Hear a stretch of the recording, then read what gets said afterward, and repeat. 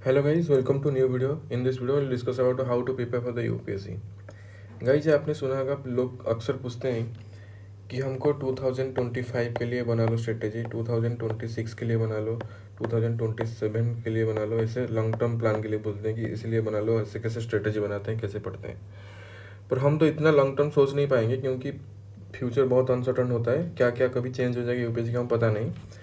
पर हम जो भी यूपीएससी का प्लान होता है, जो कि 1.5 ईयर टू 2 ईयर प्लान होता है, उसके लिए हम एक क्लियर कट प्लान बनाएंगे जो कि कोई भी साल के लिए आप प्रिपेयर करो, पर आपको क्लियर कट 2 ईयर की प्लान मिल जाएगा। ओके, ऐसे कभी कोई भी प्रिपरेशन 5 साल के लिए नहीं होता है। अभी आप कॉलेज में हैं तो कॉलेज के लिए फोकस करें क्योंकि कॉलेज भी बहुत इंपॉर्टेंट होता है। Okay, so what is necessary now. So हमको जो भी बनाएंगे आप किसी भी साल के लिए देख सकते हैं, कोई बात नहीं, पर क्लियर कट जनरल प्लान आपको दे देंगे कि कैसे प्रिपेयर करते हैं और कैसे कैसे होता है, ये फेज टाइम पीरियड होता है।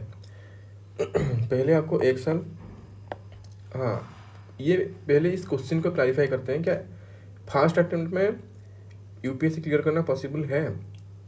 देखो, ये पॉसिबल है, पॉसिबल नहीं भी है, क्योंकि जिसके पास काफ़ी ज़्यादा रिसोर्स है, जो पहले से अच्छे से पढ़ चुका है, उसके लिए पॉसिबल है। और जो भी फास्ट अटेम्प्ट में क्लियर करते हैं ना, वो कम से कम 2 से 3 साल प्रिपेयर करते हैं। 2 साल का कोचिंग लेते हैं, 1 साल का सेल्फ स्टडी करके वो फिर आ जाते हैं, मतलब सिलेक्शन ले लेते हैं। या फिर कोई उनका पहले से उनका फैमिली बैकग्राउंड में सिलेक्टेड ऑफिसर होगा, इसीलिए कि अब फिर कोई रिलेटिव होगा, इसलिए उनको थोड़ा एडवांटेजेस मिल जाता है, वो पहले अटेम्प्ट में क्लियर कर लेते हैं। पर हम जब जर्नलिस्टिक बात करते हैं, वो पहले अटेम्प्ट में क्लियर करना मतलब नामुमकिन ही नहीं है, पर पॉसिबल भी नहीं है। Okay, it's not that much like that easy. So हम देखेंगे अभी कैसे टाइम पीरियड चलता है हमारा। हमेशा जो भी प्रीलिम का टाइम होता है ना, तो मई टू जून में हमारा प्रीलिम ख़त्म हो जाता है। ओके, उसके अंदर जैसे कि 2025 में क्या है, मई 25 को है प्रीलिम का डेट, वो संडे को प्रीलिम का डेट है। तो फिर क्या होगा, तो जब प्रीलिम ख़त्म हो जाएगा, अगर आपने प्रीलिम से क्लियर कर दिया तो फिर अब मेंस के लिए चले जाएंगे। अगर क्लियर नहीं किया तो आप अगर शुरू करना चाहेंगे तो मेन से शुरू किया, तो आपके पास है जून से लेकर दिसंबर, दिसंबर से लेकर मई, क्लियर कर 1.5 साल का प्लान है आपके पास। ओके, सो नहीं, 1 साल का प्लान है आपके पास। ये जो 1 साल का प्लान है, तो इसमें आपको कैसे इसको बाइफर्केट करेंगे, आपको कैसे मतलब इसे एलोकेट करेंगे टाइम, किसको क्या क्या पढ़ना है, कैसे कंप्लीट करना है। जैसे जून से जुलाई, अगस्त, सितंबर, अक्टूबर, नवंबर, दिसंबर, इसको एकदम से रखेंगे मेंस का फेज, एंड जनवरी से मई तक रखेंगे प्रीलिम्स का फेज। ये क्या क्या होते हैं हम आगे जाके बहुत डिटेल में डिस्कशन करेंगे। मेंस फेज क्या होता है, उसके लिए कैसे प्रिपेयर करना पड़ता है, प्रीलिम फेज क्या होता है, कैसे इसके लिए प्रिपेयर करना पड़ता है। जून से जब आप दिसंबर रखते हैं, ये होता है ओनली मेंस का फेज। आप पूछेंगे कि प्रीलिम क्लियर किए बिना ही कैसे मेंस के लिए प्रिपेयर करें। जी, ऐसे ही मतलब होता है कि ऑलवेज कि मेंस रेडी बिफोर प्रीलिम्स। आपको मेंस के लिए प्रिपेयर करना पड़ता है, mains and prelims combinely prepare करना पड़ता है। और उस फेज में आपको क्या क्या करना पड़ेगा, उस फेज में पहले आपको एक काम करना पड़ेगा, कंटेंट बिल्डिंग। कंटेंट बिल्डिंग कैसे होता है उसको पढ़ के। ओके, कंटेंट बिल्डिंग होने के बाद आप उसमें क्या कर सकते हैं, एसे राइटिंग कर सकते हैं। एसे राइटिंग मैंने पहले लिख चुका हूँ, पर बाद में आपको करेंगे। ओके, तो जो जो भी मेंस का टॉपिक है purely, and mains cum prelims topic है पहले उसको ख़त्म करना है।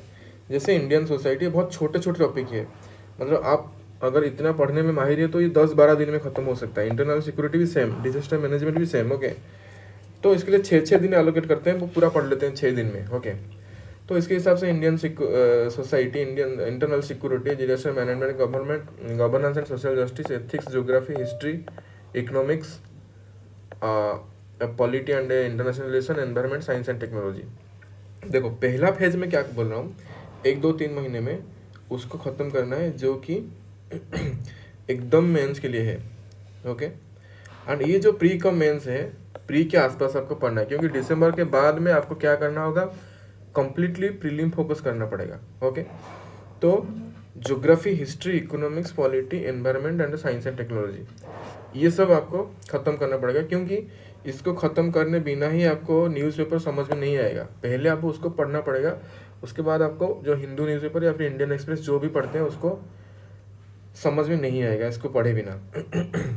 तो उसको आपके ऊपर डिपेंड करता है, इसको पहले ख़त्म करिए और उसके साथ साथ इसको ख़त्म करिए, नहीं तो आप कोई भी सीक्वेंस में ख़त्म कर सकते हैं। ओके। और न्यूज़पेपर के बारे में अभी कोई दूसरे वीडियो में डिस्कस करेंगे। और यहाँ पे जो लिखा है post independence and war history after prelim phase, देखिए ये जो होता है ना बहुत क्या बोलते हैं, इसमें क्वेश्चन ज़्यादा नहीं आता है।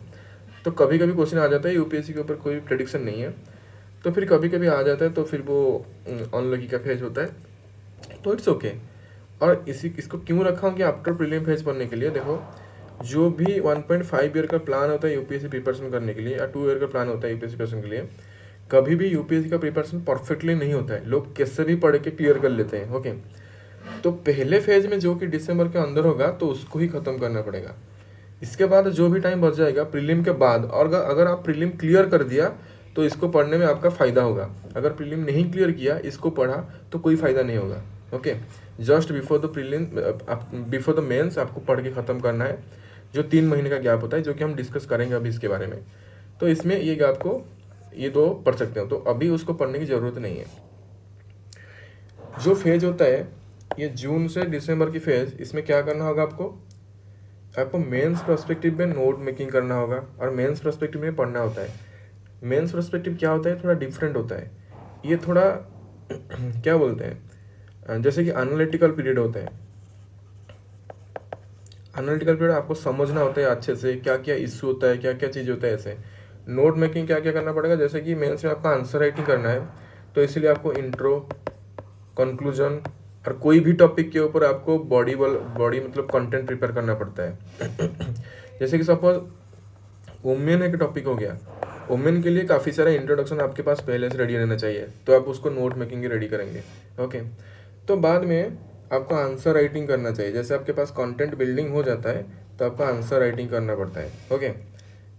तो आंसर राइटिंग में क्या क्यों करना पड़ता है, ऐसा नहीं कि आपने आंसर राइटिंग कर दिया तो जाके डायरेक्टली लिख लेंगे। आंसर राइटिंग क्या होता है कि इसको अगर आप पहले प्रीलिम से पहले कर दिया तो आपको एक कॉन्फिडेंट आ जाता है कि हाँ हम आंसर लिख सकते हैं। लोग सोचते हैं कि जब ख़त्म करेंगे पूरा हम पढ़ाई तभी जाके आंसर लिखेंगे, ऐसा नहीं होता है। तो आप धीरे धीरे कोई भी कहीं से भी आंसर राइटिंग कर ले। आंसर राइटिंग के ऊपर स्पेशल वीडियो आएगा बाद में, तो अभी हम धीरे धीरे सीक्वेंस वाइज जा रहे हैं।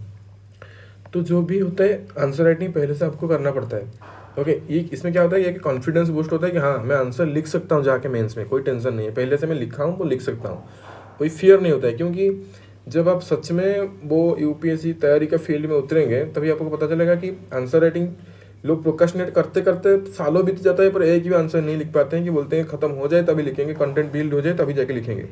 उसके बाद कम से कम 10-20 ऐसे आपको लिखना पड़ेगा उस फेज में, चाहे कैसे भी हो जाए। आपको ऐसे के लिए भी कंटेंट बिल्ड करना पड़ेगा, नोट मेकिंग करना पड़ेगा, उसके लिए भी इंट्रोडक्शन, उसके लिए भी मतलब कंक्लूजन और प्रीवियस ईयर क्वेश्चन के ऊपर फोकस करना पड़ता है। ये आंसर राइटिंग भी प्रीवियस ईयर क्वेश्चन का होता है, उसको कर सकते हैं। यहाँ पर variety of the coaching institute question निकालते हैं, उसके साथ स्टैंडर्ड आंसर आता है, उसको देख भी कर सकते हैं, कोई बात नहीं होता है। धीरे धीरे सबके सब वही 0 फेज से चलते हैं। ओके। देन पहले से मैं बोल चुका हूँ कि मेंस रेडी बिफोर प्रीलिम्स। अगर मेंस रेडी नहीं रहेंगे तो प्रीलिम और मेंस का गैप में होता है सिर्फ 3 महीना। 3 महीने में मेंस क्लियर करना मतलब प्रिपेयर करना नेक्स्ट टू इम्पॉसिबल है। और कंटेंट बिल्डिंग जो कि मेंस के लिए होना चाहिए। उसके बाद जो आता है क्लियरली प्रीलिम फेज, उसमें क्या होता है जनवरी टू मई महीना। तो इसमें क्या करते हैं, वो जो जनवरी टू फरवरी टू मार्च अप्रैल मई, तो वो महीना 4 से 5 महीना होता है। उसमें क्या होता है, जो कि कोर सब्जेक्ट होता है, polity, economy, history and geography, environment, science and technology, art and culture, उसके साथ साथ सीसैट, इंटरनेशनल रिलेशन। उसमें आपको करना क्या होता है, ये सबको रैपिड रिवीजन करना पड़ता है। ओके। इस वाला फेज में जनवरी से हर साल ऐसा ही होता है। पता नहीं लोग जैसे बात कर रहे हैं कि साल में 2 बार होने के लिए यूपीएससी, तो अगर ऐसा हो जाएगा तो फिर ये स्ट्रेटेजी चेंज हो जाएगा, पर अभी के लिए ये तो यही स्ट्रेटेजी है कि जो कि हर साल अप्लाई होगा। तो जनवरी से मई के लिए जो कि प्रीलिम का फेज होता है, इसमें कोर सब्जेक्ट में ये सब सब्जेक्ट को ख़त्म करना पड़ता है, उसके साथ सीसैट को पकड़ना पड़ता है। सबसे यूनिक चीज़ होता है, सीसैट नहीं करेंगे तो प्रीलिम क्वालिफाई नहीं कर पाएंगे, और प्रीलिम क्वालिफाई नहीं करेंगे तो वो यूपीएससी का आयरन गेट आप पास नहीं कर पाएंगे। ओके। पहले प्रीलिम क्लियर करेंगे तभी तो जाके मेन लिख पाएंगे ना, नहीं तो नहीं लिख पाएंगे। ओके। तो उसके साथ साथ करंट अफेयर भी पढ़ना पड़ता है। इसको बहुत ज़्यादा रिगोरस आपको रिवीजन वे में चलना पड़ता है, बार बार 10-20 बार आपको रिवीजन करना पड़ता है इस फेज में। तो क्या करना पड़ता है इस फेज में, ये होता है फेज ऑफ रैपिड रिवीजन। इसमें मल्टीपल टाइम्स पढ़ना पड़ता है। टॉपर्स बोलते हैं हमने 20 टाइम्स पढ़ा है एक एक बुक को। ओके, इसमें भी करंट अफेयर का रैपिड रिवीजन होता है। सबका स्ट्रेटेजी हम बाद में लाएंगे। डेली 100 MCQ सॉल्व करना पड़ता है। मतलब ये एक वे ऑफ डूइंग होता है, क्योंकि आप जितना MCQ करेंगे, क्योंकि पढ़ना और क्वेश्चन सॉल्व करने में काफ़ी डिफरेंट होता है। ओके, पढ़ने में तो आपको सब कुछ समझ में आ जाता है, पर जब क्वेश्चन सॉल्व करने की बात आता है वो एक कला होता है। अगर आप बार बार नहीं करेंगे, ज़्यादा से ज़्यादा नहीं करेंगे, तो फिर आप क्वेश्चन सॉल्व नहीं कर पाएंगे एग्जाम में। क्योंकि ये चीज़ जो ये फेज जो होता है, आप इसमें गलती करते हैं, और ये जो गलती होता है इसमें आप सीखते हैं कि क्या क्या गलती हो रहा है, जो कि हमको एग्जाम हॉल में जाके अवॉइड करना है। Daily 50 MCQ of the CSAT करना होता है, and 10 year of the previous question, या फिर जितना कर सकते हैं प्रीवियस ईयर क्वेश्चन रिपीट होता है, उसका थीम रिपीट होता है, और आपको आइडिया भी आता है कि कैसा क्वेश्चन पूछ रहा है। इसीलिए हमको कितना डीप में पढ़ना पड़ता है प्रीलिम के लिए, और इसके लिए शॉर्ट नोट मेकिंग करना पड़ता है प्रीलिम्स के लिए। उसके लिए क्या होता था, कॉम्प्रिहेंसिव नोट बनाना पड़ता था। इसीलिए शॉर्ट नोट बनाना होता है, क्योंकि just before the prelims day 4-5 दिन में हम बार बार रिवीजन कर सकते हैं, जिसके लिए हम क्या करके जाके एग्जाम में रिप्रोड्यूस कर सकते हैं। देन रीडिंग कॉम्प्रिहेंशन, इसको क्यों बोला, क्योंकि जो भी प्रीलिम दिया है आज तक उनको पता होगा कि जब CSAT का एग्जाम होता है वो GS1 होता है 9:30 से 11:30, तो बाद में होता है गैप, उसके बाद 2:30 से 4:30 तक वो चलता है CSAT। और जो जून का महीना होता है ना, मई से जून का महीना, वो बहुत धूप होता है, उसमें समर डे होता है, और वो मतलब दिमाग हिल जाता है उस समय में। तो जब खा के आ जाते हैं ना, आपका मतलब दिमाग काम नहीं करता है उस समय। तो इसके लिए क्या होता है ना, रीडिंग कॉम्प्रिहेंशन आपको क्यों हैबिट बनाना पड़ता है कि डेली 10 क्वेश्चन सॉल्व करना। इसके लिए क्या होता है, मतलब 25 से 27 तक क्वेश्चन आता है सिर्फ रीडिंग कॉम्प्रिहेंशन। ओके, बहुत बड़े बड़े पैसेज होता है, उस पैसेज से भी बड़ा नहीं होता है, उसका ऑप्शन भी बहुत बड़े बड़े होते हैं। ओके, अगर आप डेली 10-10 रीडिंग करना प्रैक्टिस नहीं करेंगे, तो वहाँ जाके ना क्वेश्चन सॉल्व करना तो दूर की बात, आप 27 क्वेश्चन रीडिंग ही नहीं कर पाते हैं। ओके, अगर आपका मैथमेटिक्स कमज़ोर है ना, तो ये पार्ट आपको बचा सकता है। अगर आपने ये वाला एक्सरसाइज किया है तो आपने 10-10 क्वेश्चन मतलब ओनली रीडिंग करें डेली। रीडिंग करने में आपका क्या होता है, तो रीडिंग करना हैबिट होता है, और आप न्यूज़पेपर रीडिंग कर रहे हैं, दूसरा पर्सपेक्टिव होता है, और इसको रीडिंग करके ऑप्शन अंडरस्टैंडिंग। देखो, हर कोई बोलता है कि न्यूज़पेपर रीडिंग करो तो ये पार्ट कवर हो जाएगा। हाँ, ये कुछ हद तक ट्रू है, पर न्यूज़पेपर रीडिंग करना क्वेश्चन सॉल्व करने में बहुत ज़्यादा डिफरेंट होता है। क्योंकि न्यूज़पेपर आप कभी कभी रीडिंग करता है, ये मन मर्जी होता है, मतलब आपका मन किया तो आप उसको समझे, इनकलकेट किया, उसके बाद एनालिसिस किया, नहीं तो आप ऐसे ही रीडिंग करके चले आए। पर जब एक क्वेश्चन करते हैं ना, क्वेश्चन के साथ जब ऑप्शन पढ़ते हैं, तो माइंड में कुछ रिफ्लेक्शन करते हैं। ओके, कि ये वाला क्वेश्चन का उसका ऑप्शन ट्रू हो सकता है, फॉल्स हो सकता है, और ये क्यों लिखा है, तो एक एनालिसिस जरूर होता है। ओके, इसमें किसमें क्वेश्चन में एनालिसिस जरूर होता है, पर जरूरी नहीं कि UPSC, जरूरी नहीं कि न्यूज़पेपर आप जो पढ़ रहे हैं उसमें आप एनालिसिस कर रहे हैं।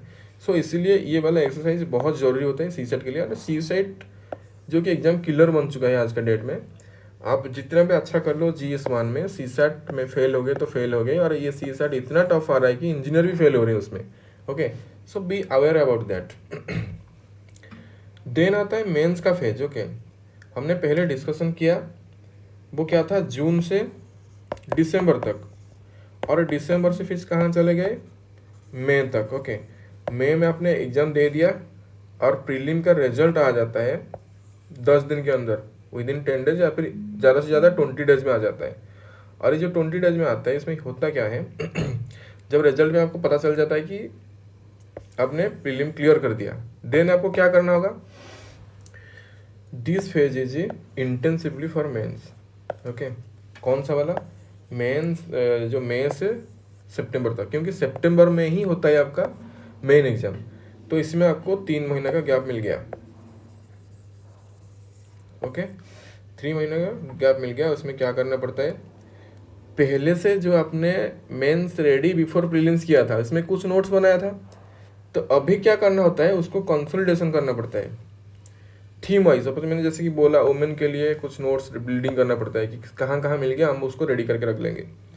करंट अफेयर वैल्यू एडिशन, ये वैल्यू एडिशन है, कुछ लोगों को समझ में नहीं आता है वो एक्चुअल में क्या चीज़ होता है, उसके ऊपर हमें डेडिकेटेडली वीडियो बनाएंगे। ओके, ये जो वैल्यू एडिशन होता है, आपने जो भी स्टैटिक पढ़ चुके हो उसको ऐड करने के लिए कुछ एक्स्ट्रा कंटेंट, उसको जैसे कि आंसर को ज़्यादा अच्छा बनाने के लिए उसमें वैल्यू एडिशन करना पड़ता है। ओके, उसके बाद आंसर स्ट्रक्चरिंग करना पड़ता है। पहले से अपन अपने आंसर लिख चुके थे। ओके, अभी आपको आंसर स्ट्रक्चरिंग करना पड़ गया, मतलब कैसे अच्छे से आंसर लिखे जैसे कि मार्क ज़्यादा फेचिंग कर पाए। ओके, तो इसको थोड़ा एग्जाम और मार्क के पीछे भागना पड़ता है कि कैसे लिखूं जैसे कि मुझे अच्छा मार्क मिल जाएगा। इसको बोलते हैं आंसर स्ट्रक्चरिंग। जैसे फ्लो चार्ट, डायग्राम्स, इंट्रोडक्शन कैसे लिखना है, कंक्लूजन कैसे लिखना है, अगर इतना टाइम बचा है और इतना क्वेश्चन बचा है तो हमको क्या करना है, ये सब करना पड़ता है। उसके बाद stamina improvement for the writing. देखो गाइस, ये जो 3 घंटे में 20 क्वेश्चन लिखना इतना मजाक नहीं होता है यूपीएससी में। 7-7 मिनट मिलता है आपको लिखने के लिए पर क्वेश्चन। सो 15 मार्क की क्वेश्चन 3 पेजेस की होता है, 10 मार्क की क्वेश्चन 2 पेजेस की होता है। So it's not that much easy to complete 250 mark question within 3 hour. Okay, so इसीलिए आपको ना क्या करना पड़ता है, डेली 2-2 टेस्ट लिखना पड़ता है। ओके, पहले से आप इतना स्टामिना बिल्डिंग कर लेते हैं, क्योंकि काफ़ी लोग होते हैं जो पढ़ते पढ़ते आपको मतलब काफ़ी ज़्यादा पढ़ना पड़ता है इसलिए लिखना छोड़ देते हैं, सिर्फ पढ़ते रहते हैं। ओके, तो आजकल जैसे मैंने जैसे आईपैड यूज़ कर रहा हूँ, ऐसे कोई कोई अनोटेट करके पीडीएफ में पढ़ रहे हैं, तो अपना जो राइटिंग का स्पीड होता है वो खो जाता है। तो इसीलिए आपको इस फेज में आपको स्टामिना बिल्डिंग पड़ता है, right as much as you can. Okay, then उसके बारे में ऑप्शनल फोकस करना पड़ता है। हाँ गाइज, मैंने एक चीज़ छोड़ दिया, वो जो सिर्फ सिर्फ ये वाला फेज था ना, जून से दिसंबर तक, इसमें भी आपको ऑप्शनल फोकस करना पड़ता है। ऑप्शनल इसमें पढ़ सकते हैं, और जितना भी हुआ उसको कंप्लीट कर दिया, और बाद का ऑप्शनल आप क्या करेंगे, इस वाला फेज में पढ़ सकते हैं, मई से सितंबर में पढ़ सकते हैं। और बाकी का मेंस के हिसाब से आपको क्या करना पड़ेगा, रिवीजन करना पड़ेगा। सो इस वाले फेज में जैसे बोला था मैंने, post independence and world history पढ़ने के लिए, तो ये फेज में अगर आपने प्रीलिम क्लियर कर दिया तो ही पढ़ना, नहीं तो ज़रूरत नहीं है पढ़ने के लिए। Merely passing of the time हो जाएगा, उसको पढ़ेंगे तो याद तो नहीं रहेगा इतना लॉन्ग टर्म के लिए, तो उसको ऐसे ही पढ़ के जाके लिख ले तो अच्छा है, क्योंकि हमारा प्राइमरी एम है एग्जाम क्लियर करना। कुछ लोग होते हैं कि इसको पढ़ के जब काफ़ी ज़्यादा नॉलेज आ जाता है तो ज्ञानी बनते हैं जाके। देखो गाइस, आपका अल्टीमेट एम है एग्जाम क्लियर करना। अगर आपने एग्जाम क्लियर नहीं किया तो ये फिर भी जितना पढ़ाई किया, जो भी किया, ये मेयरली पासिंग टाइम हो जाएगा और कुछ नहीं होगा। सो इसलिए post independence and world history आप पढ़ना जब प्रीलिम क्लियर करके मेंस के लिए प्रिपेयर करें। Then other rest of the thing जो छूट जाता है इस फेज में आपको कंप्लीट कर सकते हैं, पर इसमें प्राइमरी काम होता है। आप कोई भी सब्जेक्ट छोड़ दिया इसमें कोई दिक्कत नहीं है, पर स्टामिना इंप्रूवमेंट एंड राइटिंग, ये जो चीज़ होता है ना, ये सबसे इंपॉर्टेंट होता है। आप जितना लिख सकते हैं तभी जाके वहाँ पे रिप्रोड्यूस कर सकते हैं। Okay, we shall discuss about every steps, जो भी स्टेप रहा इसमें, जो कि इन बिटवीन द गैप रह गया, उसको हम डिस्कस करेंगे जो भी न्यू वीडियो है आगे। तो stay tuned for that. Okay, thank you so much for the watching my videos.